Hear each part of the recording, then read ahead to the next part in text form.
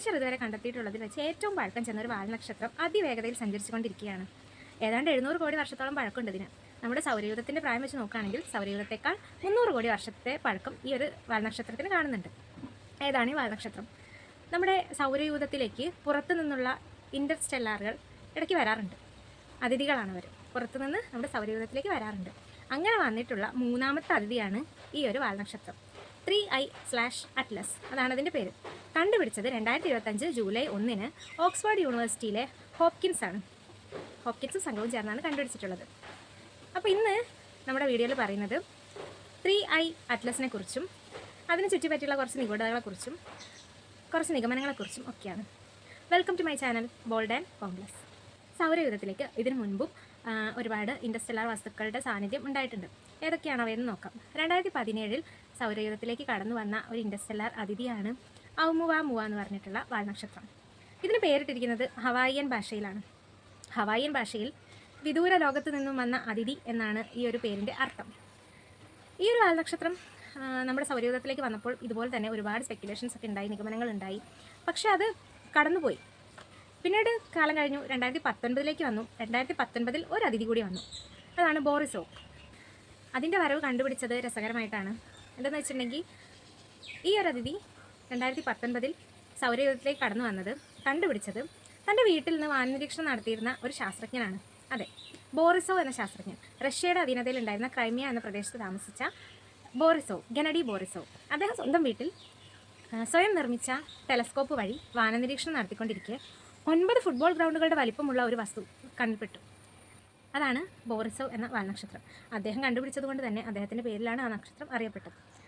ഈ 2 വാൽനക്ഷത്രങ്ങൾക്കും ശേഷം മൂന്നാമനായി കടന്നു വന്നിട്ടുള്ളതാണ് നമ്മുടെ 3I/Atlas. ആദ്യം നമ്മൾ ഈ പേരിൽ നിന്ന് തന്നെ തുടങ്ങാം. അതായത് 3I/Atlas എന്തുകൊണ്ടാണ് ഈ പേര് വന്നത് നോക്കാം. 3 ഞാൻ പറഞ്ഞ പോലെ തന്നെ നമ്മുടെ സൗരയൂഥത്തിലേക്ക് എത്തിയിട്ടുള്ള മൂന്നാമത്തെ വാൽനക്ഷത്രമാണ് ഇത്. ഇൻഡർസ്റ്റെല്ലർ, ഇതൊരു ഇൻഡർസ്റ്റെല്ലറാണ്. എങ്ങനെയാണ് ഇൻഡർസ്റ്റേറ്റ് എന്നൊക്കെ നമ്മൾ പറയാറുണ്ടല്ലേ, ഒരു സംസ്ഥാനത്ത് നിന്ന് മറ്റൊരു സംസ്ഥാനത്തിലേക്ക്. സ്റ്റെല്ലാർ മീൻസ് സ്റ്റാർ, ഒരു സ്റ്റാർ സിസ്റ്റത്തിൽ നിന്ന് മറ്റൊരു സ്റ്റാർ സിസ്റ്റത്തിലേക്ക് കടന്നു വന്നിട്ടുള്ള ഒരു വസ്തു, അതാണ് സ്റ്റെല്ലാർ. അപ്പോൾ ഇനി നമുക്ക് അറ്റ്ലസ് എന്താണെന്ന് നോക്കാം. ഭൂമിയുടെ നേർക്ക് വരുന്ന ഉൽക്കകളെയും വാൽനക്ഷത്രങ്ങളെയൊക്കെ മുൻകൂട്ടി കണ്ടുപിടിക്കാനും വാൺ ചെയ്യാനും വേണ്ടിയിട്ട് നമുക്കൊരു സിസ്റ്റം ഉണ്ട്. ആ സിസ്റ്റമാണ് asteroid terrestrial impact last alert system, അതായത് അറ്റ്ലസ്. അപ്പോൾ ഈ അറ്റ്ലസിന് കീഴിൽ, ഈ ഒരു സിസ്റ്റത്തിന് കീഴിൽ നമുക്ക് കുറച്ച് സർവേ ടെലസ്കോപ്പുകളുണ്ട്. അതായത് നമ്മുടെ ലോകത്തിൻ്റെ പല ഭാഗത്തായിട്ട് സർവേ ടെലസ്കോപ്പുകൾ സ്ഥാപിച്ചിരിക്കും. ഈ സർവേ ടെലസ്കോപ്പുകൾ രാത്രികാലങ്ങളിൽ ആകാശ നിരീക്ഷണം നടത്തുകയും തുടർച്ചയായ ചിത്രങ്ങൾ എടുക്കുകയും ചെയ്യും. അപ്പോൾ അതിനകത്ത് നക്ഷത്രങ്ങൾ ഇങ്ങനെ എല്ലാ നക്ഷത്രങ്ങളും പതിയുന്നു മാത്രമല്ല, ഈ നക്ഷത്രങ്ങൾക്കിടയിലൂടെ തുടർച്ചയായിട്ട് നീങ്ങിക്കൊണ്ടിരിക്കുന്ന, അതായത് സ്ഥാനചലനം ഉണ്ടായിക്കൊണ്ടിരിക്കുന്ന വസ്തുക്കളും പെടും. അങ്ങനെ നക്ഷത്രങ്ങളെ പോലെയല്ലല്ലോ, ഈ വസ്തുക്കൾ കുറച്ച് വേഗതയിൽ പോകും, ഇതിനൊരു സഞ്ചാരപാത ഉണ്ടാവും. അപ്പോൾ ഈ വസ്തുക്കളെ നമുക്ക് അതുവഴി തിരിച്ചറിയാൻ വേണ്ടി പറ്റും, സർവേ ടെലസ്കോപ്പുകൾ വഴി തിരിച്ചറിയാൻ വേണ്ടി പറ്റും. അങ്ങനെയാണ് സർവേ ടെലസ്കോപ്പുകൾ വർക്ക് ചെയ്യുന്നത്. ഇങ്ങോട്ട് വരികയാണെങ്കിൽ ചിലിയിലുള്ള ഒരു സർവേ ടെലസ്കോപ്പിലാണ് അറ്റ്ലസിന്, ഈ ഒരു 3I/Atlasൻ്റെ ചിത്രം ആദ്യമായി പതിഞ്ഞിട്ടുള്ളത്. അപ്പോൾ അറ്റ്ലസിൽ പതിഞ്ഞു. അപ്പോൾ അതുകൊണ്ടാണ് അതിന് അങ്ങനെ ഒരു പേര് വന്നത്, 3I/Atlas. പേരിൻ്റെ പിന്നിലുള്ള ഒരു കാര്യം ഇതാണ്. അങ്ങനെ ഈ ഒരു സർവേ ടെലസ്കോപ്പിൽ ഇത് പതിയുകയും അത് വളരെ മൈന്യൂട്ടായിട്ടുള്ള കാര്യങ്ങൾ, ചിത്രങ്ങൾ, ഡീറ്റെയിൽസ് നമുക്ക് കിട്ടും. അത് കാരണം ലോകത്ത് എമ്പാടും നമ്മൾ സ്ഥാപിച്ചിട്ടുള്ള മറ്റുള്ള സർവേ ടെലസ്കോപ്പുകൾ പരിശോധിക്കുകയാണ്. അപ്പോൾ അതിൽ നിന്ന് ഇതിൻ്റെ മറ്റുള്ള ചിത്രങ്ങൾ കിട്ടുമോ എന്നുള്ള കാര്യങ്ങൾ നോക്കുകയാണ്. അപ്പോൾ അത് നോക്കിക്കഴിഞ്ഞപ്പോൾ കിട്ടിയിട്ടുണ്ട്. അപ്പോൾ ഏകദേശം ഒരു ധാരണ, ഇതൊരു വാൽനക്ഷത്രമാണ് എന്നുള്ളൊരു ധാരണ കിട്ടി. കാരണം അതിൻ്റെ ഒരു വേഗതയും സഞ്ചാരപാതയും ഒക്കെ വെച്ചിട്ട് അതിൻ്റെ ഒരു സ്ട്രക്ചറൊക്കെ വെച്ചിട്ട് കിട്ടി. പക്ഷേ കുറച്ചുകൂടി ഡീറ്റെയിൽസ് കിട്ടാൻ വേണ്ടിയിട്ട് നമ്മുടെ ബഹിരാകാശത്ത് സ്ഥാപിച്ചിട്ടുള്ള 2 ടെലസ്കോപ്പുകളുണ്ട്. ഹബിൾസ് ടെലസ്കോപ്പും അതുപോലെ തന്നെ ജെയിംസ് വെബും. അത് രണ്ടും കൂടി പരിശോധിക്കുകയാണ്. അപ്പോൾ കൃത്യമായിട്ടുള്ളൊരു ധാരണ കിട്ടി, ഇതൊരു വാൽനക്ഷത്രമാണ്. എങ്ങനെയാണ് ഒരു വസ്തു, ഇൻ്റർസ്റ്റെല്ലാർ വസ്തു നമ്മുടെ സൗരയൂഥത്തിലേക്ക് വരുമ്പോൾ അതൊരു വാൽനക്ഷത്രമാണോ ഉൽക്കയാണോ എന്ന് കണ്ടുപിടിക്കുന്നത് എങ്ങനെയാണെന്ന് കൂടി നമുക്കൊന്ന് അറിയണം. അപ്പോൾ ഇനി അതിലേക്ക് കിടക്കാം. ഒരു ഇൻ്റർസ്റ്റെല്ലാർ വസ്തു സൗരയൂഥത്തിലേക്ക് കടന്നു വരുന്നു, സർവേ ടെലസ്കോപ്പുകൾ വഴി നമ്മളത് നിരീക്ഷിക്കുന്നു. അതൊരു വാൽനക്ഷത്രമാണെന്ന് കണ്ടുപിടിക്കണമെങ്കിൽ വാൽനക്ഷത്രം എന്താണെന്ന് നമുക്ക് മനസ്സിലാവണം. അപ്പോൾ ഒരു വാൽനക്ഷത്രത്തിന് 3 ഭാഗങ്ങളുണ്ട് മെയിനായിട്ട്. ഒരു ന്യൂക്ലിയസ് ഉണ്ട്, അതിന് ചുറ്റുമായിട്ടൊരു കോമയുണ്ട്, പിന്നെ ഒരു ടെയിലുണ്ട്. ഇതാണ് അതിൻ്റെ പാർട്ടുകൾ. ഒരു വാൽനക്ഷത്രത്തിൻ്റെ പാർട്ടാണ് ഇതൊക്കെ. ന്യൂക്ലിയസിനകത്ത് വരുന്നത് ഐസ്, പൊടിപടലങ്ങൾ, അതുപോലെ തന്നെ പാറ കഷ്ണങ്ങളാണ് വരുന്നത്. ഇത് 3 കൊണ്ടാണ് ഈ മെയിനായിട്ടും ന്യൂക്ലിയസ് ബിൽഡ് ചെയ്തിട്ടുള്ളത്. ഇനി ന്യൂക്ലിയസിന് ചുറ്റുമായിട്ടൊരു ആവരണമുണ്ട്. ഈ ആവരണം എങ്ങനെയാണ് ഉണ്ടായിട്ടുള്ളതെന്ന് വെച്ചിട്ടുണ്ടെങ്കിൽ ഈ ഒരു വാൽനക്ഷത്രം, ഈ ഒരു ന്യൂക്ലിയസ് ഇത് സഞ്ചരിച്ചുകൊണ്ടിരിക്കുന്നു. അപ്പോൾ സൂര്യനോട് അടുത്ത് വരുന്ന സമയത്ത്, സൂര്യനിലേക്ക് എത്തിക്കൊണ്ടിരിക്കുന്ന സമയത്ത് സൂര്യനിൽ നിന്നുള്ള റേഡിയേഷൻ്റെ പവർ മൂലം റേഡിയേഷൻ അടിക്കുന്നു. അപ്പോൾ ഈ ഐസ് നീരാവിയായി മാറുകയാണ്. ചുറ്റുമുള്ള പൊടിപടലങ്ങൾ കൂടി ശേഖരിച്ച് അത് ഒരു സർക്കിളായിട്ട് മാറിയിട്ട് അതിനൊരു ആവരണം ക്രിയേറ്റ് ചെയ്യുന്നു. അങ്ങനെ രൂപപ്പെടുന്ന ആവരണമാണ് കോമ. അപ്പം ന്യൂക്ലിയസ് ഉണ്ട്, കോമയുണ്ട്. അപ്പോൾ നമ്മൾ എന്ത് മനസ്സിലായി? കോമ പിന്നീടാണ് ഉണ്ടാകുന്നത്. ഇതിൻ്റെ ഒരു രൂപീകരണ ഘട്ടത്തിൽ ന്യൂക്ലിയസ് മാത്രമാണ് ഉണ്ടാകുന്നത്. എപ്പോഴാണോ ഇത് സൂര്യനിലേക്ക് സഞ്ചരിച്ചുകൊണ്ടിരിക്കുന്നത്, സൂര്യനിൽ നിന്നുള്ള റേഡിയേഷൻ കിട്ടുന്നത്, അപ്പോൾ മാത്രമാണ് ഇതിനൊരു കോമ ഉണ്ടാകുന്നത്, സെക്കൻഡ് പാർട്ട് ഉണ്ടാകുന്നത്. അപ്പോൾ ഉടനെ നമുക്ക് മനസ്സിലാക്കാം ഇതിൻ്റെ ഒരു തേർഡ് പാർട്ട് വരുന്നത് കോമയിൽ നിന്നാണ്, പിന്നീടാണ് വരുന്നതെന്ന് മനസ്സിലാക്കാം. അതെ, അപ്പോൾ ഇതിൻ്റെ തേർഡ് പാർട്ടായിട്ടുള്ള ടെയിൽ ഉണ്ടാകുന്നത് കോമയിലേക്ക് സൂര്യനിൽ നിന്നുള്ള പ്രകാശം, അതായത് നമ്മുടെ സണ്ണിൽ നിന്നുള്ള കൂടുതൽ റേഡിയേഷൻസ് പ്രഷറിൽ വരുന്ന സമയത്ത് ഈ കോമയിലെ നീരാവിയും പൊടിപടലങ്ങളും എല്ലാം കൂടി ചേർന്നിട്ട് ഈ ഒരു സണ്ണിൻ്റെ ഓപ്പോസിറ്റ് ഡയറക്ഷനിലേക്ക് ഒരു പുഷ് വരികയാണ്. ആ ഒരു പുഷ് കാരണമാണ് ഇതിനൊരു ടെയിൽ രൂപപ്പെടുന്നത്. അതാണ് അതിൻ്റെ ഒരു സ്ട്രക്ചർ, ന്യൂക്ലിയസ് കോമ ടെയിൽ. അങ്ങനെയാണ് നമുക്കൊരു സ്ട്രക്ചർ കിട്ടുന്നത്. അപ്പോൾ നമ്മൾ നിരീക്ഷിക്കുന്ന സമയത്ത്, വാന നിരീക്ഷണം നടത്തുന്ന സമയത്ത് ഇതുപോലെ നക്ഷത്രങ്ങൾക്കിടയിലൂടെ ഒരു വാൽനക്ഷത്രം കടന്നു പോകുമ്പോൾ അതിൻ്റെ സ്ട്രക്ചർ ആദ്യം നോക്കണം. ന്യൂക്ലിയസ് ഉണ്ടോ? പിന്നെ ന്യൂക്ലിയസിൽ ഓരോ കണ്ടൻസ് ഉണ്ട്, അതിനൊരു കോമ്പോസിഷൻ ഉണ്ട്, അത് നോക്കും. അത് അനുസരിച്ചാണ് അതിൻ്റെ പ്രത്യേകതകളൊക്കെ കണ്ടുപിടിക്കുന്നത്. അപ്പോൾ ചിലിയിൽ നമ്മൾ കണ്ടിട്ടുള്ള ടെലസ്കോപ്പിലെ ചിത്രങ്ങൾ വഴി ഇതിൻ്റെ ഘടന നോക്കുന്നു. ഘടനയിൽ ന്യൂക്ലിയസ് കോമ ടെയിൽ ഉണ്ടോയെന്ന് ഉറപ്പിക്കുന്നു. അങ്ങനെ ഇതൊരു വാൽനക്ഷത്രമാണെന്ന് നമ്മൾ കൺഫേം ചെയ്യാണ്. പിന്നെ പോരാത്തതിന് ഇത് ഫസ്റ്റ് ഇതിൻ്റെ ഒരു പിക്ചർ കണ്ട സമയത്ത് ഇത് വ്യക്തമായിരുന്നില്ല, ഇതിനകത്ത് കോമയോ ടെയിലോ ഒന്നും വ്യക്തമായിരുന്നില്ല. പിന്നീട് കുറച്ചുകൂടി തുടർ പഠനങ്ങൾ നടത്തിയപ്പോൾ മാത്രമാണ് ഇതിൻ്റെ ചിത്രങ്ങൾ കുറച്ചുകൂടി വ്യക്തമായിട്ടുള്ളത്. പിന്നെ മുൻപ് വന്നിട്ടുള്ള 2 വാൽനക്ഷത്രങ്ങളുടെ കാര്യം ഞാൻ പറഞ്ഞു. അതിൽ നിന്നും വ്യത്യസ്തമാണ് നമ്മുടെ 3i അറ്റ്ലസ്. ഏത് രീതിയിലാണെന്ന് വെച്ചാൽ ഇതിൻ്റെ സ്പീഡാണ്. ഇതിനെ വേർതിരിച്ച് മറ്റുള്ള വാൽനക്ഷത്രങ്ങളിൽ നിന്ന് ഇതിനെ സ്പെഷ്യലായിട്ട് കാണാനുള്ള കാരണം ഇതിൻ്റെ സ്പീഡ് തന്നെയാണ്. ശ്രദ്ധിക്കേണ്ട ഒരു കാര്യം എന്ന് പറയുന്നത്, ഇത് സൂര്യനിൽ നിന്ന് അകലെയാണ് ഇപ്പോൾ ഉള്ളത്. ഇത് അടുത്തേക്ക് വരുന്തോറും ഇതിൻ്റെ സ്പീഡ് കൂടും. അപ്പോൾ അങ്ങനെയുള്ള കാര്യങ്ങൾ, സ്പെഷ്യാലിറ്റീസ് ഇനിയും ഉണ്ട്. ഇത് ജസ്റ്റ് തുടക്കം മാത്രമാണ്. നമ്മുടെ 3i അറ്റ്ലസിന് ഇനിയും സ്പെഷ്യാലിറ്റീസ് ഉണ്ട്, നമുക്ക് അതിലേക്ക് വരാം. കൂടാതെ നമ്മുടെ 3i അറ്റ്ലസിന് ചുറ്റിപ്പറ്റിയിട്ട് കുറച്ച് നിഗൂഢതകളുണ്ടെന്നും അന്യഗ്രഹ ജീവികൾ വരികയാണെന്നൊക്കെ പറഞ്ഞിട്ട് കുറച്ച് സ്പെക്കുലേഷൻസ് നിലനിൽക്കുന്നുണ്ട്. അതിൽ എത്രത്തോളം സത്യമുണ്ട്, എന്തുകൊണ്ടാണ് അങ്ങനെ സ്പെക്കുലേഷൻസ് വരുന്നതെന്ന് കൂടി ഞാനിനി പറയാം. അപ്പോൾ അതും കൂടി പറയാം. ഇതൊരു വാൽനക്ഷത്രമാണെന്ന് പറയാനുള്ളതിൻ്റെ ഒന്നാമത്തെ റീസൺ എന്ന് പറയുന്നത്, ഒരു സൗരയൂഥത്തിൻ്റെ ഭാഗമായിട്ടുള്ള ഒരു വസ്തുവിനും സൂര്യനിൽ നിന്ന് ഇത്രയും അകലെയുള്ള ഒരു സാഹചര്യത്തിൽ ഇത്രയും സ്പീഡിൽ സഞ്ചരിക്കാൻ പറ്റില്ല. അപ്പോൾ അതിൻ്റെ സ്പീഡാണ് മെയിൻ ആയിട്ടുള്ളൊരു ഘടകം. രണ്ടാമത്തെ ഘടകം എന്ന് പറഞ്ഞാൽ നമുക്കറിയാം, സൂര്യനും ചുറ്റുന്ന ഗ്രഹങ്ങളുണ്ട്, ഓർബിറ്റ് ചെയ്യണമല്ലേ. അപ്പോൾ അതിനൊരു വ്യക്തമായ സ്പീഡുണ്ട്. ആ സ്പീഡ് കുറച്ചുകൂടി കൂടുമ്പോൾ നമ്മൾ എന്ത് പറയും? പാരബോള എന്ന് പറയും. അതിനേക്കാൾ കുറച്ചുകൂടി സ്പീഡ് വരുമ്പോൾ അതിൻ്റെ സഞ്ചാരപാതയ്ക്ക് കുറച്ചും കൂടി വ്യത്യാസം വരുന്ന സമയത്ത് നമ്മൾ ഹൈപ്പർബോള എന്ന് പറയും. അപ്പോൾ ഈ ഒരു 3i അറ്റ്ലസ് ഹൈപ്പർബോളയാണ്, കാരണം അതിൻ്റെ സ്പീഡ് അത്രയ്ക്ക് അധികമാണ്.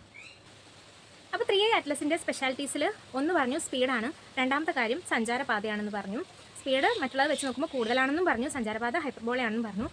ഇതിൽ നിന്ന് വ്യത്യസ്തമായിട്ട് മറ്റ് മുൻപ് വന്നിട്ടുള്ള വാൽനക്ഷത്രങ്ങളിൽ നിന്നും 3i അറ്റ്ലസിനെ വ്യത്യസ്തമാക്കുന്ന കുറച്ച് കാര്യങ്ങളാണ് പറയാൻ പോകുന്നത്, ഇനി അങ്ങോട്ട് പറയാൻ പോകുന്നത്. അതായത് വാൽനക്ഷത്രങ്ങൾക്ക് ഒരു കോമ്പോസിഷൻ ഉണ്ട്, പറഞ്ഞല്ലോ, ന്യൂക്ലിയസ് കോമ ടെയിൽ. അതെങ്ങനെ രൂപപ്പെടുന്നു എന്ന് പറഞ്ഞു. സാധാരണഗതിയിൽ വാൽനക്ഷത്രങ്ങളുടെ ന്യൂക്ലിയസിലുണ്ടാകുക ജലത്തിൻ്റെ ഐസ് രൂപമാണ്. തുടർന്ന് റേഡിയേഷൻ വരുന്നു, ആ ഒരു ജലത്തിൻ്റെ ഐസ് രൂപം പൊടിപടലങ്ങളൊക്കെ ചേർന്ന് കോമ ഉണ്ടാകുന്നു, ദെൻ പിന്നീട് ടെയിൽ ഉണ്ടാകുന്നു എന്ന് പറഞ്ഞു. പക്ഷേ ഈ ഒരു 3i അറ്റ്ലസിൻ്റെ കേസിൽ എന്താ സംഭവിക്കുന്നതെന്ന് വെച്ചിട്ടുണ്ടെങ്കിൽ, കാർബൺ ഡയോക്സൈഡിൻ്റെ ഐസ് രൂപമാണ് ന്യൂക്ലിയസിൽ കാണപ്പെടുന്നത്. അത് റെയർ കേസാണ്. കാരണം ഇനി അടുത്തൊരു ഡിഫറൻസിലേക്ക് വരികയാണെങ്കിൽ, പ്രത്യേകതയിലേക്ക് വരികയാണെങ്കിൽ, ഈ ഒരു വാൽനക്ഷത്രത്തിനകത്ത് നിക്കലിൻ്റെ അളവ് കാണുന്നുണ്ട്, നിക്കലിൻ്റെ സാന്നിധ്യം കാണുന്നുണ്ട്. അപ്പം നിക്കൽ, സാധാരണഗതിയിൽ നിക്കൽ എവിടെയെങ്കിലും ഉണ്ടോ അതിനടുത്ത് അല്ലെങ്കിൽ അതിനോട് ചേർന്നിട്ട് ഇരുമ്പ് കാണേണ്ടതാണ്. പക്ഷേ അതിൽ നിന്ന് വ്യത്യസ്തമായിട്ട് ഈ വാൽനക്ഷത്രത്തിൽ നിക്കലുണ്ട്, പക്ഷേ ഇരുമ്പില്ല.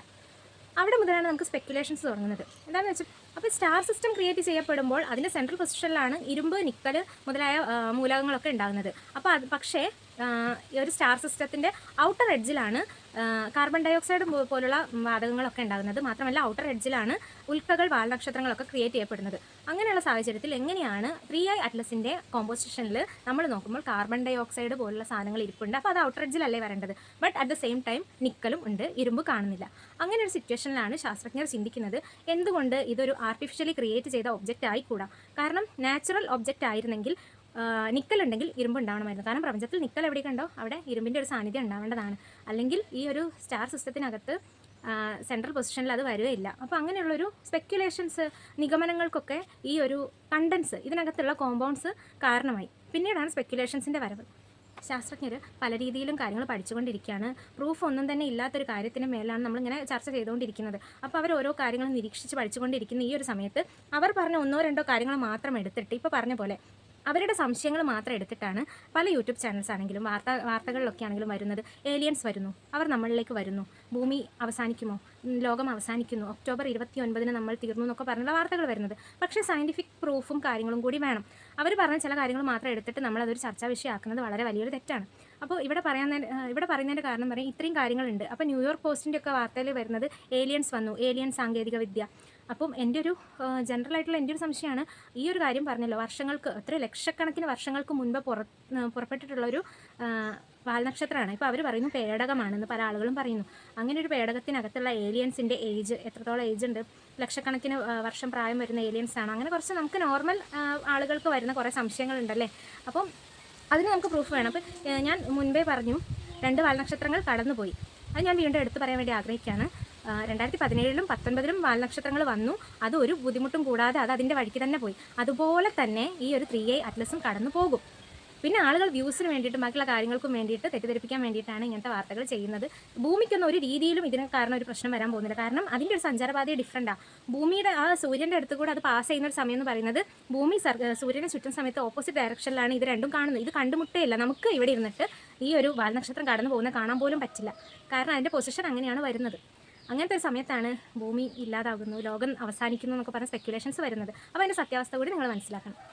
3i അറ്റ്ലസിൻ്റെ കോമ്പോസിഷൻ അത് വെച്ച് നോക്കിയപ്പോൾ നമുക്ക് മനസ്സിലായിട്ടുണ്ട് ആ ഒരു വാൽനക്ഷത്രം രൂപപ്പെട്ടിരിക്കുന്ന സ്റ്റാർ സിസ്റ്റം വളരെ ഡിഫറെൻ്റ് ആയിട്ടുള്ളതും ഒരുപാട് പ്രത്യേകതകൾ നിറഞ്ഞതായിട്ടും നമുക്ക് മനസ്സിലായിട്ടുണ്ട്. കാരണം അതിലെ കോമ്പോസിഷൻസ് റയറാണ്. മുൻപ് വന്നിട്ടുള്ള വാൽനക്ഷത്രങ്ങളൊക്കെ ഒരേ രീതിയിലുള്ള കോമ്പോസിഷൻസ് കാണിച്ചപ്പോൾ, അതിലെ കോമ്പൗണ്ട്സ് ഒക്കെ ഒരുപോലെ, അതിന് ഘടന അങ്ങനെയൊക്കെ കാണിച്ചപ്പോൾ അതിൽ നിന്ന് വ്യത്യസ്തമായിട്ടുള്ളൊരു ഘടനയും കോമ്പോസിഷനും ഒക്കെയാണ് നമ്മുടെ 3i അറ്റ്ലസിനുള്ളത്. സോ അതിൻ്റെ അർത്ഥം നമ്മുടെ ഒരു സ്റ്റാർ സിസ്റ്റത്തിൽ നിന്നും ഡിഫറെൻ്റ് ആയിട്ടുള്ളൊരു വെറൈറ്റി ആയിട്ടുള്ള സ്റ്റാർ സിസ്റ്റം ഉണ്ട്. അപ്പോൾ ഇതിനെക്കുറിച്ച് ഈ ഒരു വാൽനക്ഷത്രത്തിനെ കുറിച്ച് കൂടുതൽ പഠിച്ചു കഴിഞ്ഞിട്ടുണ്ടെങ്കിൽ നമുക്ക് ആ ഒരു സ്റ്റാർ സിസ്റ്റത്തിലോട്ട് പെട്ടെന്ന് എത്താനും അതിനെക്കുറിച്ച് മനസ്സിലാക്കാനും പറ്റും എന്നുള്ളൊരു പുതിയൊരു ചിന്തയാണ് നമുക്ക് മുന്നിൽ നിൽക്കുന്നത്. നിരവധി ശാസ്ത്രജ്ഞർ ഈ ഒരു 3i അറ്റ്ലസിനെ കാണുന്നത് അന്യഗ്രഹ വാൽനക്ഷത്രം ആയിട്ട് തന്നെയാണ്. ചില ആളുകൾ മാത്രമാണ് ഡിഫറെൻറ്റ് പോയിന്റ് ഓഫ് വ്യൂ വെച്ച് പറയുന്നത്. അതായത് ആരൊക്കെയാണെന്ന് പേരെടുത്ത് പറയാം. ഹാർവാർഡ് യൂണിവേഴ്സിറ്റിയിലെ ജ്യോതിശാസ്ത്രജ്ഞനായിട്ടുള്ള ആവിലോബിൻ്റെ കൂടെ തന്നെ ആദം ക്രോളും ആദം ഹിബാർഡും, ഈ 3 പേരുമാണ് ഈ ഒരു വാൽനക്ഷത്രത്തിൻ്റെ വരവിനെ ഡാർക്ക് ഫോറസ്റ്റ് സിദ്ധാന്തവുമായിട്ട് കണക്ട് ചെയ്യണം എന്ന് പറയുന്നത്. അപ്പോൾ നമ്മൾ അറിഞ്ഞിരിക്കണം എന്താണ് ഈ ഡാർക്ക് ഫോറസ്റ്റ് സിദ്ധാന്തം എന്താണെന്ന് അറിഞ്ഞിരിക്കണം. എന്താണത് എന്ന് വെച്ചിട്ടുണ്ടെങ്കിൽ, ഡാർക്ക് ഫോറസ്റ്റ് സിദ്ധാന്തം എന്നതുകൊണ്ട് ഉദ്ദേശിക്കുന്നത് പല അന്യഗ്രഹ നാഗരികതകളും ഒളിവിലാണ്. അവർ ഒളിഞ്ഞിരുന്ന് പല കാര്യങ്ങളും നിരീക്ഷിക്കുന്നുണ്ട്. ആവശ്യം വരികയാണെങ്കിൽ അവർ പുറത്തേക്ക് വരും. അവർ ആക്രമണത്തിനോ അതിജീവനത്തിനോ വേണ്ടി പുറത്തേക്ക് വരും എന്നുള്ളൊരു സിദ്ധാന്തമാണ് ഈ ഒരു ഡാർക്ക് ഫോറസ്റ്റ് സിദ്ധാന്തം എന്ന് പറയുന്നത്. അതുപോലെ തന്നെ ആവിലോബിൻ്റെ വാക്കുകളാണ്, അവർ ഒരു പേടകത്തിലിരുന്ന് നമ്മളെ നിരീക്ഷിക്കുകയാണ്, രഹസ്യമായി നിരീക്ഷിക്കുകയാണ് എന്നാണ് പറയുന്നത്. സൂക്ഷ്മമായും രഹസ്യമായും അവർ നമ്മളെ നിരീക്ഷിക്കുകയാണെന്നാണ് ആവിലോബ് പറയുന്നത്. അപ്പോൾ ആവിലോബിൻ്റെ ഈ ഒരു ഡൗട്ട്, പിന്നെ നമുക്ക് ഒരുപാട് സോഷ്യൽ മീഡിയയിലെ ഇൻഫ്ലുവൻസേഴ്സ് ഉണ്ട്, അവരിത് കുറച്ചും കൂടി എൻഹാൻസ് ചെയ്തും കൂടി പറയുമ്പോഴാണ് പുതിയ തിയറികൾ തന്നെ രൂപപ്പെടുന്നത്. ആവിലോബ് തൻ്റെ ഈ നിഗമനങ്ങളൊക്കെ പറയുമ്പോൾ തന്നെ മറ്റുള്ള ശാസ്ത്രജ്ഞർ ഇത് തള്ളിക്കളയുകയാണ് ചെയ്യുന്നത്. അവർ പറയുന്നത് ഈ ഒരു വാൽനക്ഷത്രം ചില പ്രത്യേകതകൾ ഉണ്ടെന്നുള്ളത് ശരി തന്നെ, പക്ഷേ ഇതൊരു അന്യഗ്രഹ പേടകമോ കാര്യങ്ങളോ അല്ല, ഇത് പ്രകൃതിദത്തമായ ഒരു വാൽനക്ഷത്രമാണ് എന്ന് ഉറച്ചു പറയുകയാണ് ശാസ്ത്രജ്ഞർ. ഒക്ടോബർ 29 ഇത് നമ്മുടെ സൂര്യൻ്റെ അടുത്തുനിന്ന് പാസ് ചെയ്ത് പോകുന്നത്. മറ്റുള്ള വാൽനക്ഷത്രങ്ങൾ പോയ പോലെ തന്നെ ഇതും പോകും എന്ന് വേണമെങ്കിൽ പറയാം നമുക്ക്. അല്ലെന്ന് തെളിയിക്കാനുള്ള യാതൊരു പ്രൂഫുകളും നമ്മുടെ കയ്യിൽ നിലവിൽ ഇല്ല. ഇതിൻ്റെ കൂടെ ആളുകൾ കൂട്ടി വായിക്കുന്ന ഒരു പേരാണ് ബാബ വാങ്കെ. അതായത് ഈ ആവിലോബ് പറയുന്ന പല പ്രസ്താവനകൾ, അതുപോലെ തന്നെ ബാബ വാങ്കയുടെ പ്രവചനങ്ങളും കൂടി കൂട്ടി വായിച്ചിട്ട് ഇനിയുള്ള കാലത്ത് അന്യഗ്രഹ ജീവികൾ ലോകം ഭരിക്കുന്നു, മനുഷ്യരാശി ഇല്ലാതാകുന്നു, അവർ നമ്മളെ കീഴടക്കുന്നൊക്കെ പറഞ്ഞിട്ട് വീഡിയോസൊക്കെ വരുന്നതിൻ്റെ റീസൺ ആണ് പറയാൻ പോകുന്നത്. ബാബ വാങ്കെ അന്ധയായ ഒരു പ്രവാചകയാണ്.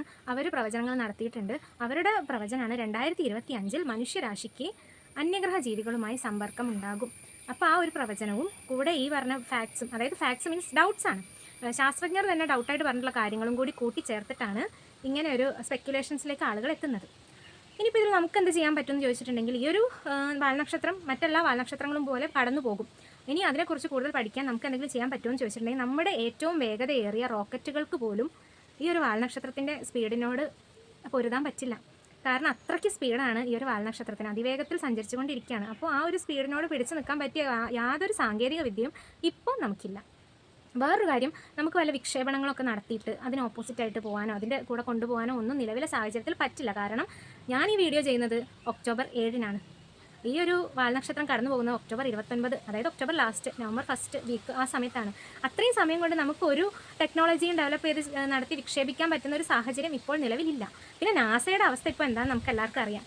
നാസ ഇപ്പോൾ നിൽക്കുന്നത് ഏത് പൊസിഷനിലാണെന്ന് അറിയാം. അപ്പോൾ നാസയുടെ അവസ്ഥ അങ്ങനെയാണ്, ക്ലോസ്ഡ് ആണ്. അവിടെ നിന്ന് നമുക്കിപ്പോൾ ഒന്നും പ്രത്യേകിച്ചൊന്നും ചെയ്യാനൊന്നുമില്ല. സാമ്പത്തികമായിട്ട് തകർന്ന് നിൽക്കുന്ന അമേരിക്കയും നാസയാണ് നമ്മളിപ്പോൾ കാണുന്നത്. അതൊരു ഡിഫറെൻറ്റ് ടോപ്പിക്കാണ്, അത് ഞാനിപ്പോൾ പറയുന്നില്ല. സോ ഇപ്പോഴത്തെ അവസ്ഥ എന്ന് വെച്ചാൽ സാങ്കേതികമായിട്ട് നമുക്ക് ഒന്നും തന്നെ ചെയ്യാൻ പറ്റില്ല. എന്തെങ്കിലുമൊക്കെ ചെയ്യാൻ പറ്റുമായിരുന്നെങ്കിൽ അത് നാസയ്ക്കായിരുന്നു. കാരണം ജൂപ്പിറ്ററിനോട് അടുത്താണ് ഈ ഒരു വാൽനക്ഷത്രം കടന്നു പോകാൻ പോകുന്നത്. അപ്പോൾ ആ ഒരു സമയത്ത് ജൂപ്പിറ്ററിലുള്ള നാസയുടെ 2 ടെലസ്കോപ്പുകൾ വഴി വീക്ഷിക്കാനും നിരീക്ഷിക്കാനും, അല്ലെങ്കിൽ അതിനെ ഒന്ന് ഗതി തിരിച്ച് വിട്ടിട്ട് ഈ ഒരു വാൽനക്ഷത്രത്തിൻ്റെ ഓപ്പോസിറ്റ് കടത്തി വിടാനൊക്കെ പറ്റുമായിരുന്നു. പക്ഷേ അവരെന്തിനാണോ ആ ഒരു ടെലസ്കോപ്പ് ജൂപ്പിറ്ററിൽ ഫിക്സ് ചെയ്തിട്ടിരിക്കുന്നത്, ആ ഒരു അവരുടെ ഒരു ലക്ഷ്യം മറികടന്നിട്ട് ഈ ഒരു കാര്യത്തിന് വേണ്ടിയിട്ട് അത് ചെയ്യില്ല എന്നുള്ളത് ഒരു കാര്യം. രണ്ടാമത്തെ കാര്യം എന്ന് പറയുന്നത് ഇപ്പോഴത്തെ ഒരു സിറ്റുവേഷനിൽ അവർക്കൊന്നും ചെയ്യാനും പറ്റില്ല, വിചാരിച്ചാലും ചെയ്യില്ലായിരിക്കും. അങ്ങനെയൊക്കെയാണ് കാര്യങ്ങൾ. അപ്പം നമ്മളിപ്പോൾ ഇന്ന് കണ്ടത് വാൽനക്ഷത്രം എന്താണ്, അതിൻ്റെ ഘടന എന്താണ്, അതിൽ നിന്നും ഇപ്പോൾ വന്നിരിക്കുന്ന അറ്റ്ലസ് എന്ന 3i അറ്റ്ലസ് എന്ന വാൽനക്ഷത്രത്തിനുള്ള സ്പെഷ്യാലിറ്റീസ് എന്തൊക്കെയാണെന്ന് കണ്ടു. അതുപോലെ തന്നെ അതിനെ ചുറ്റിപ്പറ്റിയുള്ള കുറച്ച് സ്പെക്കുലേഷൻസ് പറഞ്ഞു, ആളുകളുടെ പേടികൾ പറഞ്ഞു. ഇന്നത്തെ ഈ ഒരു വീഡിയോ നിങ്ങൾക്ക് ഇഷ്ടമായിട്ടുണ്ടെങ്കിൽ ഒന്ന് ലൈക്ക് ചെയ്യൂ, സബ്സ്ക്രൈബ് ചെയ്യൂ, പറ്റുകയാണെങ്കിൽ ഒരു കമൻറ്റും കൂടി ഇട്ടേക്കും. അപ്പോൾ അടുത്ത വീഡിയോയിൽ നമുക്ക് വീണ്ടും കാണാം.